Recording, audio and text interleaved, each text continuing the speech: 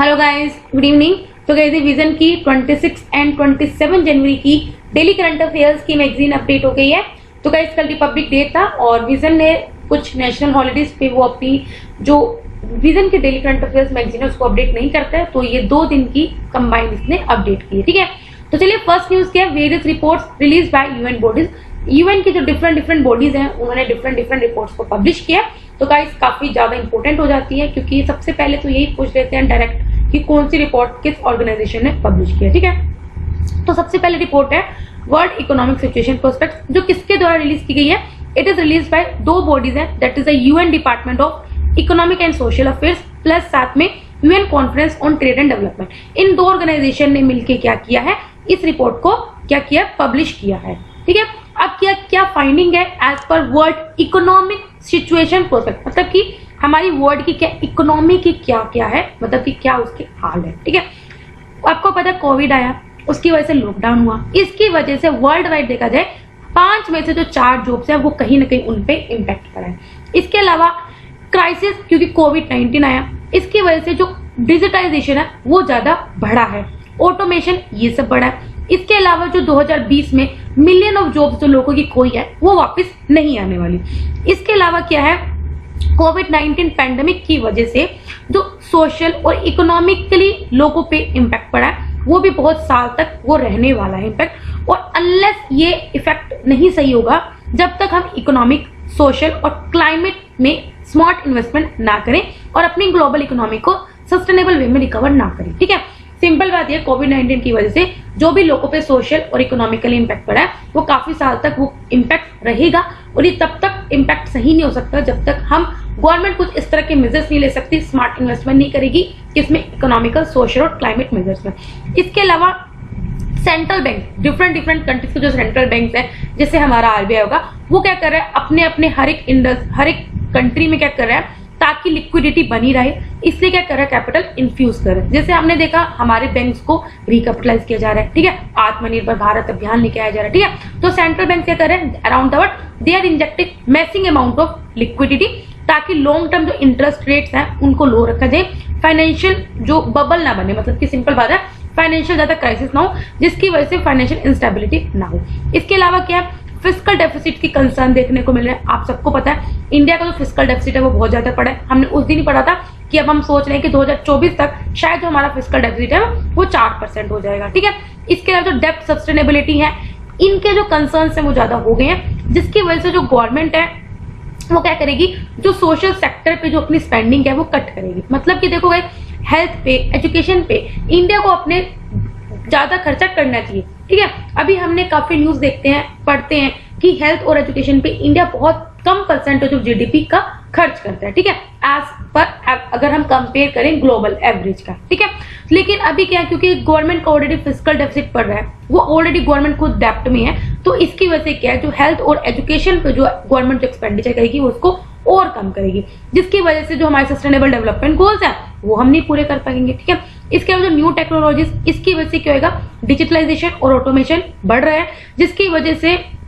कुछ हमें एडवांटेजेस भी मिलेंगे ग्लोबल ट्रेड में, ताकि हम क्या कर सके, इंडिपेंडेंट बन सके, आत्मनिर्भर बन सके, एफिशिएंट वे में प्रोडक्शन कर सके और जो प्रोडक्शन सिस्टम को कंज्यूमर तक लेके आ सके। ठीक है, तो guys first news I hope आपको समझ में होगा।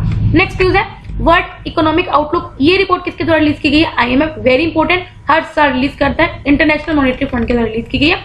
इसमें बोला है जो ग्लोबल इकोनॉमी है वो 2021 में माना जा रहा है 5.5% ग्रो करेगी, 2022 में 4.2% करेगी, लेकिन जो इंडिया का जो 2020 की जो ग्रोथ है वो 11.5% क्या है, शो कर रही है। ठीक है, ग्लोबल इकोनॉमी फास्टर रेट में इस साल एक्सपेंड होगी देन एक्सपेक्टेड अर्लियर, क्योंकि अभी क्या है, कोरोना के अगेंस्ट जो वैक्सीनेशन है वो स्ट्रेंथन होगा, जिसकी वजह से क्या है, फर्दर कुछ पॉलिसी को सपोर्ट मिलेगा। इसके अलावा क्या है, रिपोर्ट ने बोला है कि हमें स्ट्रॉन्ग मल्टीलेटरल कोऑपरेशन की जरूरत है, मतलब सबको कोऑपरेट करना है। मल्टीलेटरल मतलब कि हर एक सेक्टर को आपस में कोऑपरेट करना है, चाहे स्टेक होल्डर्स हो गया, गवर्नमेंट हो गया, इन सबको आपस में कोऑपरेशन करने की जरूरत है। एडुकेट असेस होना चाहिए इंटरनेशनल लिक्विडिटी में for low income developing economy, जो लो इनकम डेवलपिंग इकोनॉमी है उनको हमें फंडिंग प्रोवाइड करनी चाहिए। ठीक है, और उन्हें जो कोवैक्स फैसिलिटी, मतलब कि जो भी कोविड की जो वैक्सीन आ रही है उनके लिए हमें फंडिंग प्रोवाइड करनी चाहिए ताकि हम हर एक कंट्रीज को वैक्सीन का असेस प्रोवाइड कर सकें। ठीक है, नेक्स्ट रिपोर्ट है ग्लोबल इन्वेस्टमेंट ट्रेंड मॉनिटर, ये रिलीज की गई है bye UN conference on trade and development. अभी क्या है, ये देखा गया है 2020 में ग्लोबल जो एफडीआई फॉरेन डोमेस्टिक इन्वेस्टमेंट ये सभी का सभी कोलैप्स हुआ, जिसकी वजह से 42% ग्लोबल जो एफडीआई वो गिरा है। जो एस्टिमेशन था $59 बिलियन का, कि जिसकी वजह से 2019 में $1.5 ट्रिलियन हो जाएगा, लेकिन डिक्लाइन बहुत ज्यादा डेवलप्ड कंट्रीज में हुआ है। ठीक है, इंडिया में जो एफडीआई वो 13% घटा है 2020 में, बूस्टेड बाय डिजिटल सेक्टर। ठीक है, तो आई होप आपको समझ में आएगा। सिंपल बताया कि जो ग्लोबल एफडीआई है वो 2020 में 42% गिरा है और इंडिया में कितना गिरा, 13% गिरा है। ठीक है, नेक्स्ट है कुछ वेरियस अवार्ड्स हैं जो रिपब्लिक डे पे अनाउंस किए गए। ठीक है, तो हम पढ़ते हैं पद्मा अवार्ड किसको मिला गया। देखो सबसे पहले आपको इसकी हिस्ट्री पता होनी चाहिए। पद्मा अवार्ड को सबसे पहले 1954 में इंस्टीट्यूट किया गया था और ये हाईएस्ट सिविलियन ऑनर्स है इंडिया का। मतलब कि किसी ने अगर अपनी फील्ड में बहुत अच्छा काम किया हो तो हम किसी भी सिविलियन को, किसी भी सिटीजन को हम क्या करते हैं, ऑनर करते हैं। 3 कैटेगरीज में से दिया जाता है। पद्म विभूषण किसी एक्सेप्शनल एंड डिस्टिंग्विश सर्विस में आपको कर दिया हो। पद्म भूषण उसको देते हैं फॉर अगर आप हायर ऑर्डर की किसी सर्विस में आपने अच्छा काम किया हो। Padmashri for distinguish service. ठीक है, अवार्ड में कोई भी आपको अमाउंट नहीं मिलता, कोई कैश नहीं मिलता। ठीक है, और इसको एज अ सच आप यूज नहीं कर सकते एज अ टाइटल। आपको पता है आर्टिकल 18 के अंदर क्या है, इस किसी भी अवार्ड को आप एज अ टाइटल नहीं यूज करते। हम किसी भी सिर्फ एक आपकी जो डिग्री है उसको आप एज अ टाइटल यूज कर सकते हो। ठीक है, सिंपल बात है। इसके अलावा जो टोटल नंबर अवार्ड इस साल में जो दिए गए हैं, ठीक है, वो 120 से ज्यादा नहीं दिए गए। ठीक है, इसमें हमने कुछ पोस्ट ह्यूमस अवार्ड्स नहीं गिने या एनआरआई फॉरेनर इनको नहीं गिना। देखो पोस्ट ह्यूमन की जो ह्यूमन जिनकी डेथ हो चुकी है उनके बाद उनको अवार्ड मिल रहे हैं, उनको इसमें अभी काउंट नहीं करा। तो इस तरह के जो अवार्ड है वो 120 से ज्यादा नहीं देते। नेक्स्ट है गैलेंट्री अवार्ड। देखो पोस्ट इंडिपेंडेंस के हैं जो पहले 3 गैलेंट्री अवार्ड थे, जिसका नेम है परमवीर चक्र, महावीर चक्र और वीर चक्र। इसको सबसे पहले गवर्नमेंट ऑफ इंडिया ने 26 जनवरी 1950 को इंस्टीट्यूट किया गया था। इसके बाद इन्होंने अशोक चक्र, कीर्ति चक्र, शौर्य चक्र, इन 3 अवार्ड्स को और प्लस किया, ऐड किया। गैलेंट्री अवार्ड हर अनाउंस किया जाता है साल में 2 बार, एक रिपब्लिक डे पे और एक इंडिपेंडेंस डे पे। ऑर्डर के प्रेसिडेंस का मतलब कि सिंपल बात ये कि कौन सा अवार्ड सबसे ज्यादा वो है, मतलब कि हाईएस्ट है। ठीक है, लाइक फर्स्ट सेकंड थर्ड होता है जिसका रैंक ज्यादा है। देखो परमवीर चक्र सबसे पहले है, फिर अशोक चक्र, फिर महावीर चक्र, फिर कीर्ति चक्र, वीर चक्र, शौर्य चक्र। देखो यदि यूपीएससी पूछ लेता है तो इसको मतलब कि आप इंपॉर्टेंट है, मतलब कि ऑफकोर्स हर बार तो कुछ नहीं पूछ सकता। ठीक है, लाइक अगर आप टेस्ट सीरीज लगाते हो देखना वहां पे आपको इस तरह का एक क्वेश्चन मिलेगा। ठीक है, इस साल पहली बार कारगिल कॉन्फ्लिक्ट जो 1999 में होता तो गैलेंट्री अवार्ड मिला गया है। ठीक है, अवार्ड जो ऑनर किया गया वो इंडियन सोल्जर्स को किया गया जिन्होंने अपनी लाइफ खो दी गई थी during the clash with the Chinese troops in Galwan valley. ठीक है, नेक्स्ट है प्रधानमंत्री राष्ट्रीय बल पुरस्कार। ठीक है, जो बल शक्ति पुरस्कार है इसे पहले नेशनल चाइल्ड अवार्ड देते थे फॉर एक्सेप्शनल अचीवमेंट। देखो बल शक्ति पुरस्कार को पहला क्या नाम था, national child award for exceptional achievement, जो 1996 में इंस्टीट्यूट किया गया था ताकि उन चिल्ड्रन को रिकॉग्नाइजेशन दे सके जिनमें कुछ एबिलिटीज हैं और कुछ अचीवमेंट्स वो मतलब कि अचीव कर चुके हैं in the field of innovation, scholarship achievement, social service, art and culture, sports या ब्रेवरी में। जो बाल कल्याण पुरस्कार पहले से नेशनल चाइल्ड वेलफेयर अवार्ड भी बोलते थे। इसको 1979 में इंस्टीट्यूट किया था ताकि हम उन चाइल्ड डेवलपमेंट जिन्होंने क्या किया, आउटस्टैंडिंग कॉन्ट्रीब्यूट किया in the field of child development या फिर child protection and child welfare में। ठीक है, ये अवार्ड 2 कैटेगरीज में दिया जाता है, इंडिविजुअल को भी दे सकते हैं या किसी पर्टिकुलर इंस्टीट्यूशन को भी दे सकते हैं। एलिजिबिलिटी क्या है, वो चाइल्ड जो इंडियन सिटीजन है और उसकी एज 5 साल से ज्यादा है लेकिन 18 साल से कम है, उस बच्चे को हम ये अवार्ड देते हैं। ठीक है, ये बाल पुरस्कार है ना कि बल। ठीक है, next news global climate risk index release by the German watch. Again very important, हर साल ही आता है। ठीक है, एनवायरमेंट सेक्शन में कवर होगा। देखो जर्मन वॉच है कि एक्चुअली एनजीओ है जो जर्मनी में। ठीक है, इंडेक्स ने एनालाइज किया है कि कितनी एक्सटेंट तक जो कंट्रीज हैं और रीजन्स हैं वो अफेक्ट हुए हैं बाय द नेचुरल इवेंट्स जैसे स्टॉर्म्स, फ्लड्स, हीट वेव, इन सब की वजह से कितनों लोगों पे इम्पैक्ट है। ठीक है, index analyses to what extent countries and regions have been affected by impact of weather related loss event like storms, flood, heat waves etc. ठीक है, हाईलाइट्स क्या है, India 7th worst hit country है जो कि एक्सट्रीम वेदर इवेंट्स की वजह से क्या होती है, इफेक्ट होती है। सबसे ज्यादा वर्स्ट इफेक्टेड कौन सी है, मोजाम्बिक, तो ये आपको पता होना चाहिए। इसके अलावा इंडिया में सबसे ज्यादा लोग डाई होते हैं due to this extreme activities, extreme weather activities. Like सबसे ज्यादा मतलब 2 to 6 7 लोग हर साल मरते हैं। इसके अलावा बिगेस्ट अब ऑफ कोर्स देखो जहां पे वेदर कितना खराब होगा वहां पे इकोनॉमिकली लॉस भी उतने प्रोपोर्शनल होते हैं, डायरेक्टली प्रोपोर्शनल लॉस होता है।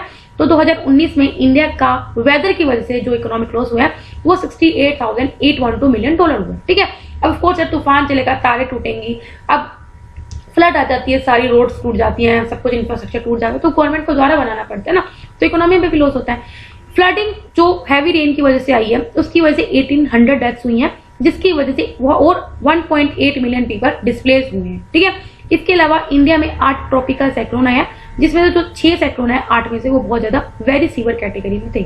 2000 से 2019 में देखा जाए तो नियर अबाउट 4,75,000 लोगों ने अपनी लाइफ को, ये ग्लोबली की बात करिए, जिसकी वजह से एक्सट्रीम वेदर इवेंट्स की वजह से, और अगर हम ग्लोबली देखें तो इकोनॉमिक लॉस हुए हैं इन 19 सालों में वो नियर अबाउट $2.5 ट्रिलियन हुए हैं। ठीक है, अभी क्या है, कोई भी country extreme event of weather से नहीं छूट सकती, इरेस्पेक्टिव ज्योग्राफिकल लोकेशन। अगर आपकी कंट्री की ज्योग्राफिकल लोकेशन अच्छी है तो भाई आप रह सकते हो, लेकिन अगर मतलब कि अगर कहीं भी आपकी ज्योग्राफिकल लोकेशन है तो आप फिर भी क्लाइमेट वेदर की एक्सट्रीमिटी से नहीं बच सकते। जो पुअर कंट्रीज है ऑफकोर्स उन पर सबसे ज्यादा इफेक्ट पड़ता है, क्योंकि वो ज्यादा वल्नरेबल है to damaging effects of hazard and lower coping capacity, मतलब कि फिर वो रेजिलियंस भी नहीं कर सकते ना, रिकवर भी नहीं कर पा रहे। ठीक है, सजेशन यही है कि हमें क्या करना चाहिए, अपने डिजास्टर रिस्क रिडक्शन स्ट्रेटेजीज को या तो कॉम्प्रिहेंसिव मैनेजमेंट बनाना चाहिए। ठीक है, ताकि हम क्या कर सके, जो भी डिफरेंट टाइप ऑफ रिस्क है उनको हम जल्दी से जल्दी रिकवर कर सके। पुअर कंट्रीज को स्ट्रेंथन करना है और उनको कुछ हमें फैसिलिटीज प्रोवाइड करनी है, नेसेसरी सपोर्ट प्रोवाइड करनी है, ताकि वो उस लॉसेस और डैमेजेस जो वेदर की वजह से होते हैं उनके साथ डील कर सकें। ठीक है, नेक्स्ट न्यूज है national baseline geo science data generation programme launch by Geological Survey of India.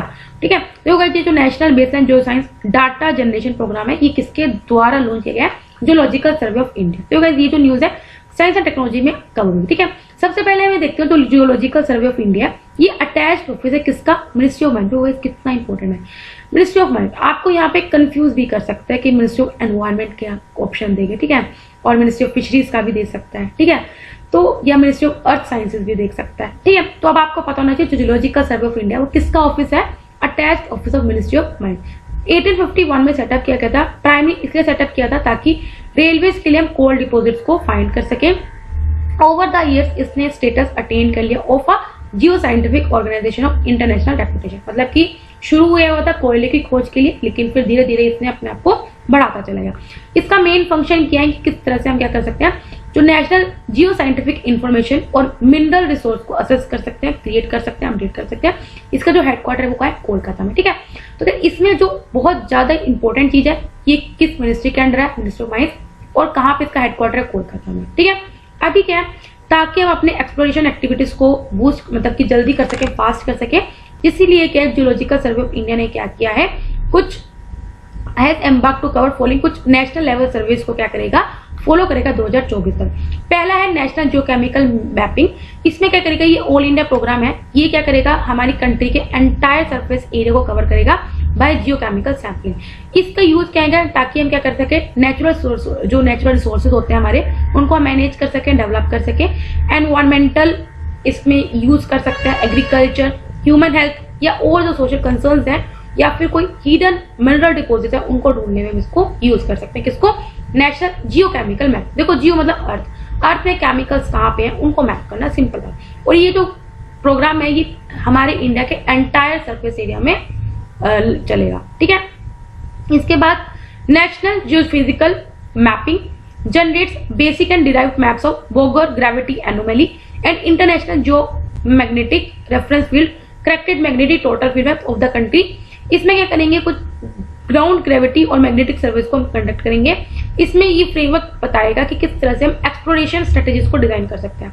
Simple बात ये है कि इसमें हमें ये पता चल जाएगा कि कहाँ पे लोकेशन पे कितना ज्यादा रिजर्व है, तो ताकि हम जो अपनी एक्सप्लोरेशन स्ट्रेटेजीज हैं उनको अकॉर्डिंग रूल बना सके। इसके अलावा जो है national aero geophysical mapping programme, ताकि हम क्या कर सके, जो डीप सीटेड स्ट्रक्चर है, ठीक है, या फिर जो लिथो यूनिट्स हैं जिसमें हम मिनरल्स को क्या कर सके, एक्सप्लोर कर सके।